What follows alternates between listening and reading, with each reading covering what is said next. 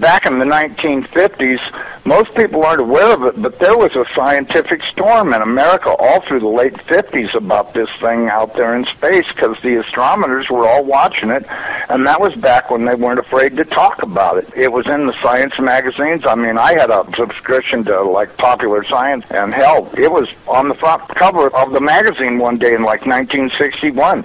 And I was really excited when I saw it, because here's this giant red planet on the horizon of the California coast, and a humongous tidal wave coming in towards the coast, and having grew up in the mountains of the Sierras, and this thing in the magazine, it said this tidal wave coming in was going to be at least 3 miles high, and I went in and showed it to everybody in the house, and they laughed, and they said, look, it says right here, there's nothing to worry about. It won't be here for another 50 years.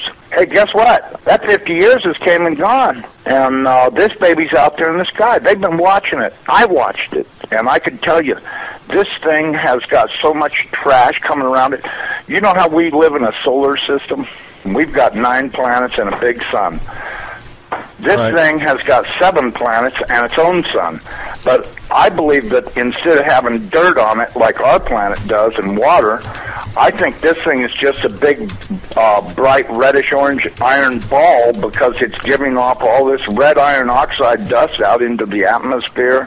When we thought at first it was just a teeny little red speck of fuzzy red dust in the distance, but over the years as it went by and we watched it, it got bigger and bigger and bigger. And then finally about '08 we could see this thing like it was across the street, and we could see that it was a blazing hot ball of fire giving out sparkles of red iron oxide dust for thousands of miles in every direction, and you could see the planet circulating it. Now I'll tell you one thing that I really am nervous about. I think this thing's got a planet like ours circling it. This is its own solar system. We're about to have a solar system come through the middle of our solar system. This can't be good. But unfortunately, it looks as though that's what's going to happen. Hopefully nothing in this mess will hit us, even though it does say it will in the Bible, at leastwise it does in my Bible. It says we can expect all kinds of problems. We were looking at asteroids. Right close to this thing, there's asteroids that are floating around right near that are orbiting the main sun itself. These things appear to be about 500 miles across, and as you go back into the tail, you get into meteorites that go back for millions of miles in the tail. This thing looks like a giant red teardrop-shaped dust cloud, and you can see once if you're able to see it up close like we did, you can see every speck out there. I guarantee you, there's trillions of meteorites following this thing. Now, these CIA people that I know say that we're not going to be that close to it when it goes past us. They're saying that in order to attain breakaway speed, when it comes up around the backside of the sun, its speed will at least double, possibly more, which will put it here earlier than everybody is saying it will, and that this thing will probably be about 20 million miles from us when it crosses in front of us. And then as soon as it flips us upside down, we're going to go into its debris-filled tail and be pelted with meteorites. And, of course, in the Bible it says they will talon 70 pounds. So if you've got 70-pound meteorites falling like hail, and I can guarantee you they will be falling like hail because there are that many in the tail of this thing. This thing has got a tail loaded with trash.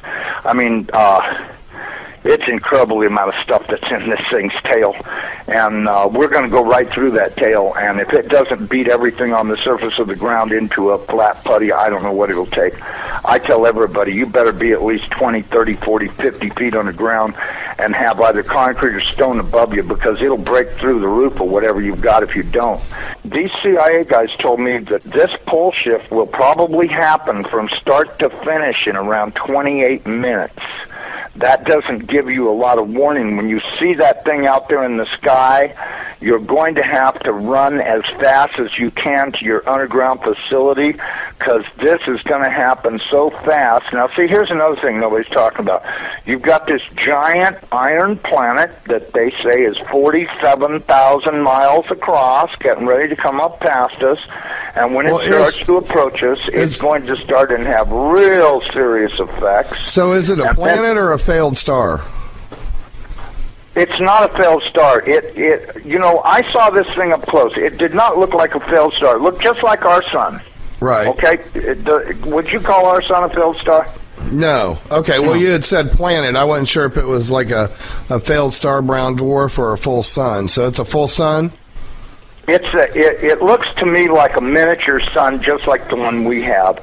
The only difference is our sun is giving off flames and stuff, and this one's doing the same thing as it, but it's giving off this red iron oxide cloud of dust around it, and until it got close, we couldn't even tell what was in there. We could see it was hot, and it looked like it was just a dull red when we were first able to discern it through the red cloud, but as it approached, it started to become more apparent that this thing is just orange hot. I mean, to tell how hot it is, I was told that they estimated between 5 and 10 million degrees, but, you know, I don't really know, if that's right or not. I mean, it's got to be pretty hot because it's sending all of this red iron oxide dust out into space around it. Right. And it's got this enormous, and I mean enormous, at least 50 or 100,000 miles on each side of it, this red dust cloud that goes all the way around it.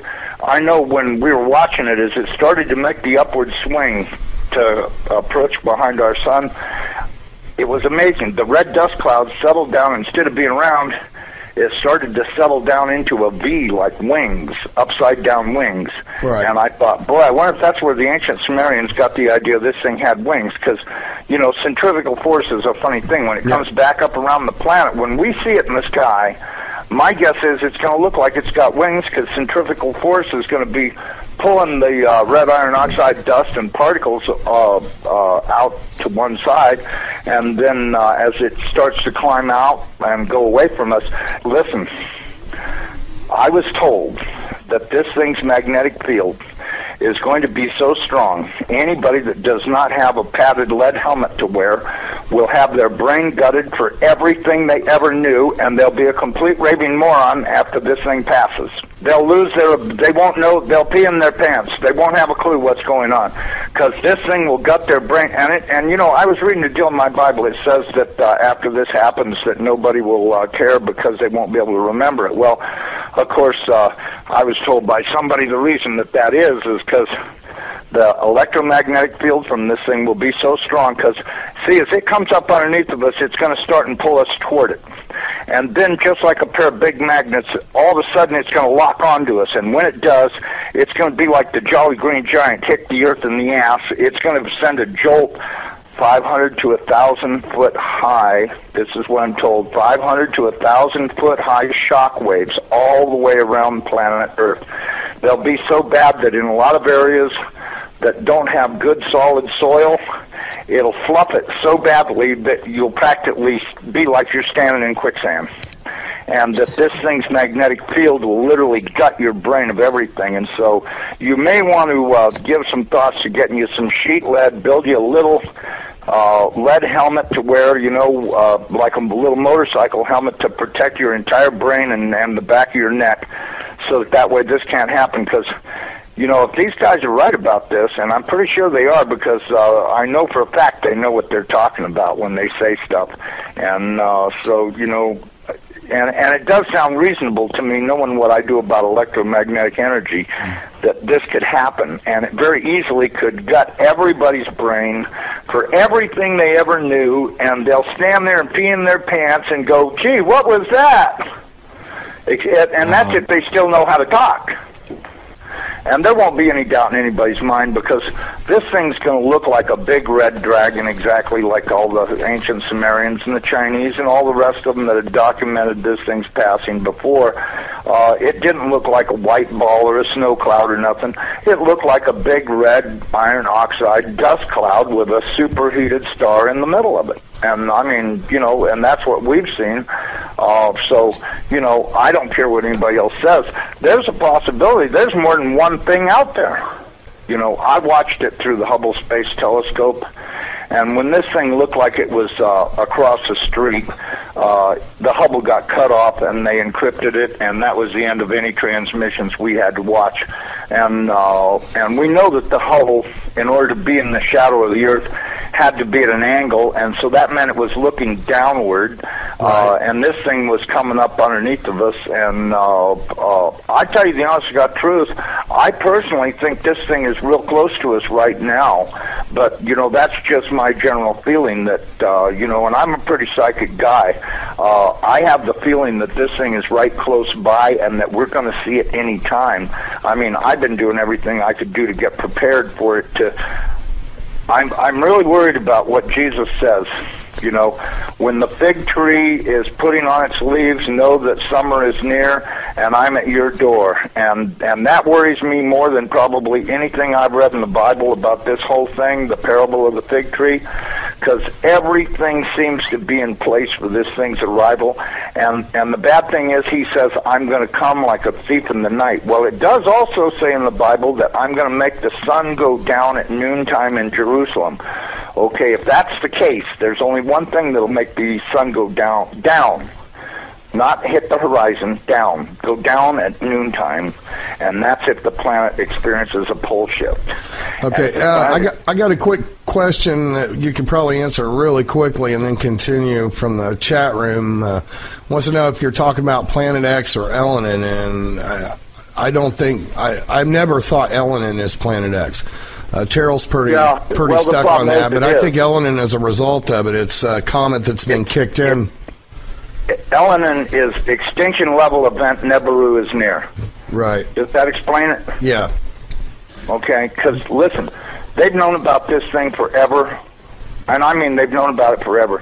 I mean, if I read about it in a science magazine in 1961, that tells you that, I mean, it's only 1,800 years away. How could they not be able to see it when it came around the backside of the last sun and headed this way? Right. You have to know they've been watching it, because if Carl Sagan was showing stuff that they took with their old telescopes that was billions and billions of miles away, and this thing's only 1,800 years away. Well, and by 1930 it was only 70 years away.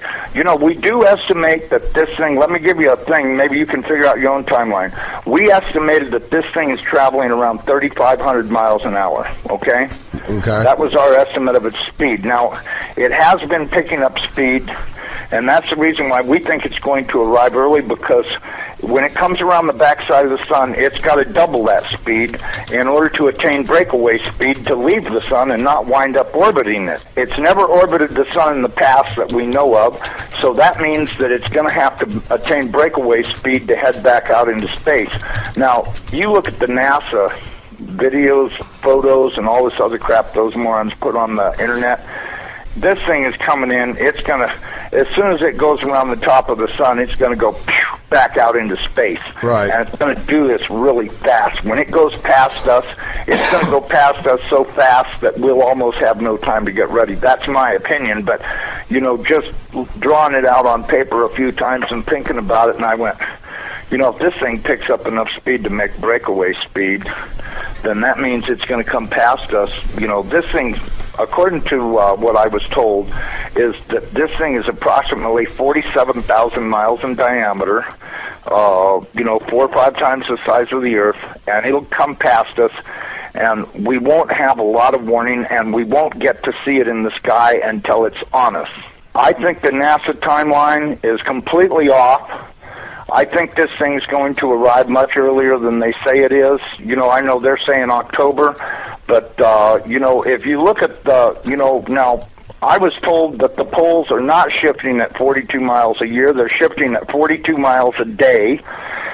And the reason is because this planet is rolling over to face this thing. Now, when it goes by, it's not going to push our North Pole away. It's going to grab our southern pole with its northern pole, and it's going to be like somebody kicked this planet in the ass. That earthquake that it talks about in Revelations, when the opening of the sixth seal comes, from what I've been told, that's very accurate, because that's exactly what's going to happen. There's going to be a massive earthquake when it locks onto us. As it goes past us, we're going to follow it right upside down. The oceans are just going to be roaring from pole to pole, as you could well guess they would, because if you take a planet that's 7,000 miles across and roll it upside down in 30 minutes, you're going to have some real serious problems with wind and water. We should be preparing to expect this thing to show up